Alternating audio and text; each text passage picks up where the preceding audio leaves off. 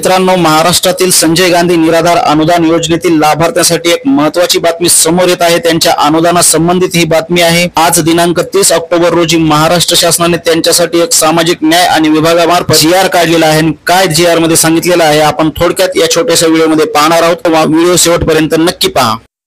चला तर मित्रांनो, आपण स्क्रीनवरती पाहूया। मित्रांनो, तुम्ही या ठिकाणी बघा, महाराष्ट्र शासनाचा हा जो जीआर आहे या ठिकाणी तुम्हाला स्क्रीनवरती दिसत आहे। त्या ठिकाणी सामाजिक न्याय आणि विशेष सहाय्य विभागाचा हा जीआर आहे। त्याच्यामध्ये सांगितलेलं आहे की विशेष सहाय्य योजनेतील लाभार्थ्यांना जे अर्थसहाय्य आहे ते अर्थसहाय्याचं जे वितरण आहे डीबीटी पोर्टल मार्फत करण्यात येणार आहे। त्याच्यामध्ये जीआर मध्ये प्रस्तावना वगैरे आहे। तुम्ही हा जीआर मी व्हिडिओच्या डिस्क्रिप्शन मध्ये दिलेला आहे, तिथे जाऊन तुम्ही डाउनलोड करून वाचून घेऊ शकता। मी ठळक आणि महत्त्वाचे मुद्दे इथे सांगितलेले आहे। मित्रांनो, आपल्याला जसं की माहिती आहे, डिसेंबर 2024 पासून शासनाने काय केलं होतं की जे काही केंद्र पुरस्कृत आणि राज्य पुरस्कृत जे काही लाभधारक आहेत या योजनांचे, या सर्व लाभधारकांना जे अर्थसहाय्य जे जमा आहे त्यांचं डायरेक्ट डीबीटी मार्फत त्यांच्या खात्यामध्ये जमा करण्यात येत असतं, हे आपल्याला माहितीच आहे। त्यानुसारच आता त्यांनी मग काय सांगितलेलं आहे की राज्य पुरस्कृत आणि केंद्र पुरस्कृत जे योजना आहेत यांचं माहे ऑक्टोबर 2025 चं जे अर्थसहाय्य आहे हे अर्थसहाय्य डीबीटी द्वारे त्यांच्या खात्यामध्ये जमा करण्यात आलेलं आहे।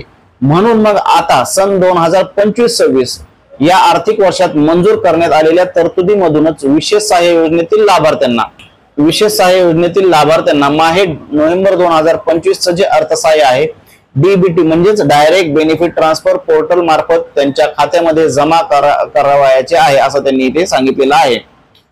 त्या अनुषंगाने सदर मंजूर तरतुदीतून विशेष सहाय्य योजनेतील लाभार्थ्यांना माहे नोव्हेंबरचं म्हणजे याच अनुषंगाने जे काही विशेष सहाय्य योजनेतील जे लाभार्थी आहेत त्यांना नोव्हेंबर 2025 जे अर्थसहाय्य आहे या ठिकाणी वितरित करण्यासाठी सर्वसाधारण अनुसूचित जमाती या प्रवर्गासाठी सदरहून योजना करता स्टेट बँक ऑफ इंडिया मध्ये उघडण्यात आलेल्या स्वतंत्र योजनानिहाय बँक खात्यामध्ये निधी वर्ग करण्याची बाब शासनाच्या विचाराधीन होती, असं त्यांनी या ठिकाणी सांगितलेलं आहे। आणि पुढे त्यांनी सांगितलेलं आहे बघा, इथे शासन निर्णय तुम्हाला दिसत असेल स्क्रीनवरती।